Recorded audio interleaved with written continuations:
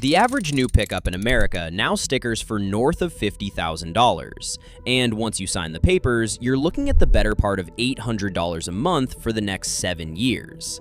Roughly 1 in 3 trade-ins is already underwater, worth less than what's still owed on it. So you do the smart thing. You walk past the showroom, you head to the used lot, and you start hunting for a truck you can actually own outright.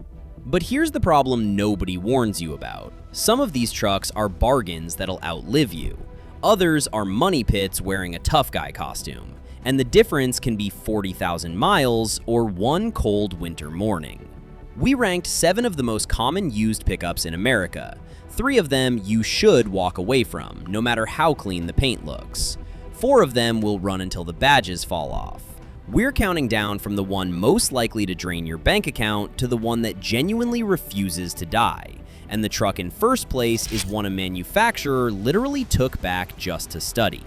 In 7th place, and the first one to step around, is the Ford F-150 from roughly 2004 to 2010, specifically the one packing the 5.4-liter Triton 3-valve V8. Now, the F-150 of this era is everywhere, which is exactly why it's tempting. Parts are cheap, every mechanic from Maine to Arizona knows them inside out, and you can find tidy-looking examples for 8 to 12 grand all day long. But that 3-valve Triton hides 2 of the most notorious headaches in the half-ton world. The first is the cam phasers, which announce themselves with a loud rattle on cold start that sounds suspiciously like a diesel that swallowed a handful of gravel.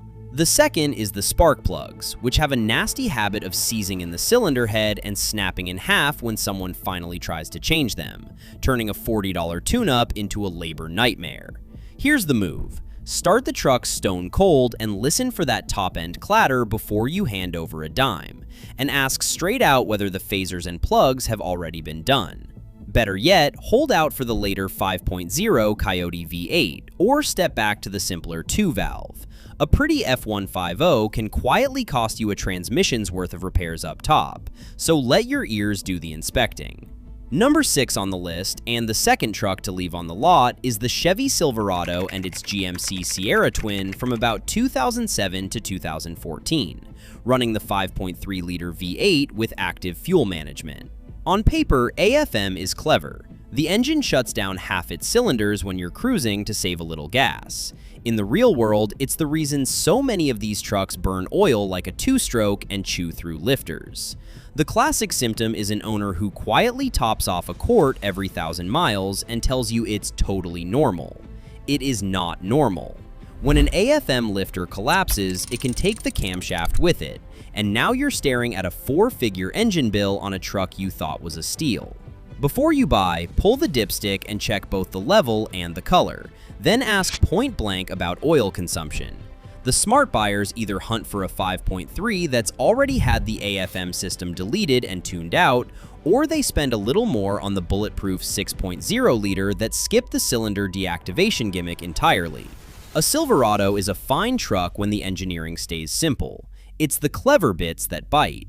In 5th place, rounding out the trucks to avoid, is the Ram 1500 EcoDiesel, the 2014 to 2019 models with the little 3.0-liter turbodiesel V6. And I get the appeal completely. A full-size truck that sips fuel and posts highway numbers in the high 20s sounds like having your cake and towing it too. But this is the textbook diesel economy mirage. That engine got tangled up in a major emissions enforcement mess, sat through recalls and reflashes, and brought along the kind of repair bills that small diesels are infamous for. EGR coolers, oil coolers, emissions components, the whole expensive parade. Whatever you saved at the pump can vanish in a single visit to a diesel specialist, and there aren't many of those who'll touch it cheaply. Unless you're looking at one with a thick folder of service history and every recall confirmed as done, the honest play is to either grab the gas-powered 5.7 Hemi version instead, or walk away from the diesel dream entirely. The fuel economy is real, so are the bills, and the bills usually win. Now we cross over to the trucks worth your money, and in 4th place, Ford earns a measure of redemption with the F-150 running the 5.0-liter Coyote V8. This is the engine the brand should have built the whole time. It's a naturally aspirated V8, no turbos to cook themselves, no cylinders shutting down to save thimbles of gas, just a stout motor that happily clears 200,000 miles with regular oil changes. Because Ford sells these by the millions, parts are everywhere and labor is reasonable in every corner of the country. There's a small catch worth knowing. Certain model years around 2018 to 2020 picked up their own mild cam phaser noise, and a handful of trucks sip a little oil. So you do the same cold start listen and the same dipstick check you'd do on anything. Pass those two tests and you've got a half-ton that'll haul plywood, tow a boat, and start every January morning without drama.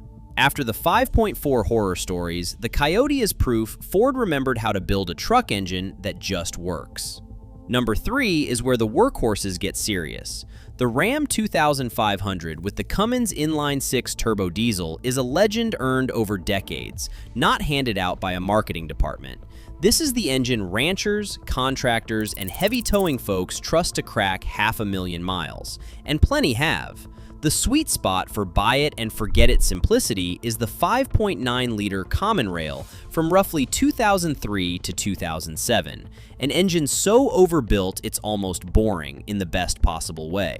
The later 6.7-liter is just as capable but carries modern emissions hardware, the diesel particulate filter and EGR system, which can get pricey if a previous owner skipped maintenance. So here's the guidance. If you want the purest legend, chase the 5.9.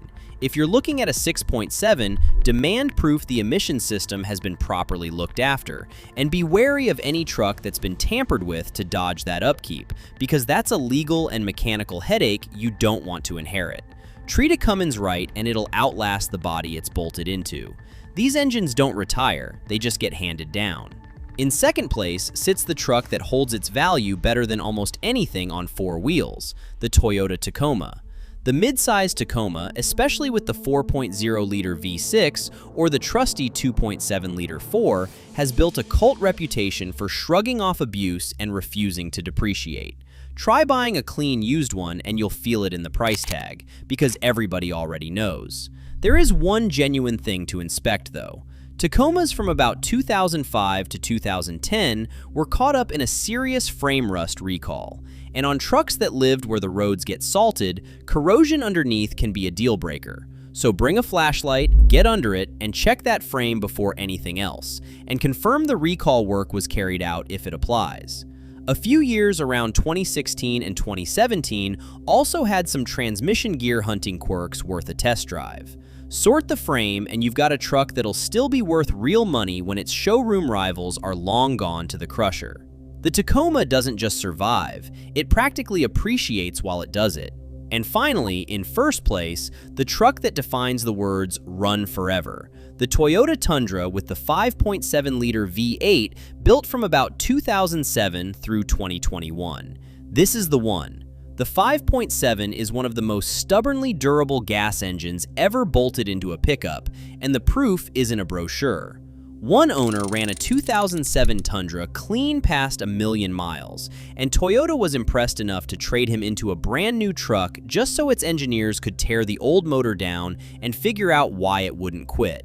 1,000,000 miles. That's not a typo. Now, the buying advice matters here because Toyota changed course in 2022 to a twin-turbo V6, and those newer trucks were hit with an engine recall over manufacturing debris in the bearings. So if your goal is a forever truck, the older 5.7 V8 is the one to hunt down, not the newest one on the lot. Check the frame for rust on the early examples, same as the Tacoma, and otherwise just keep the oil fresh and let it eat miles. The Tundra isn't the flashiest, the thirstiest critics will moan about the gas mileage, and that's fine. It's the truck you buy when you never want to think about buying a truck again. Across all 7, the pattern is impossible to miss. The pickups that drain your savings are the ones chasing clever fuel-saving tricks and fragile complexity. The cylinder deactivation, the tiny stress diesels, the cam phasers ticking away in a cold engine bay. The ones that run forever are gloriously simple, overbuilt, and proven over hundreds of thousands of miles by people who depend on them for a living. In a market where a new truck means a near $800 payment and a real risk of owing more than it's worth, the smartest money isn't on the lot with the biggest screen. It's the boring Legend with 200,000 honest miles already behind it and plenty more to go. So tell me, which truck would you trust to carry you to 300,000 miles and beyond? Drop it in the comments, and if this helped you dodge a money pit, hit subscribe so the next countdown lands in your feed.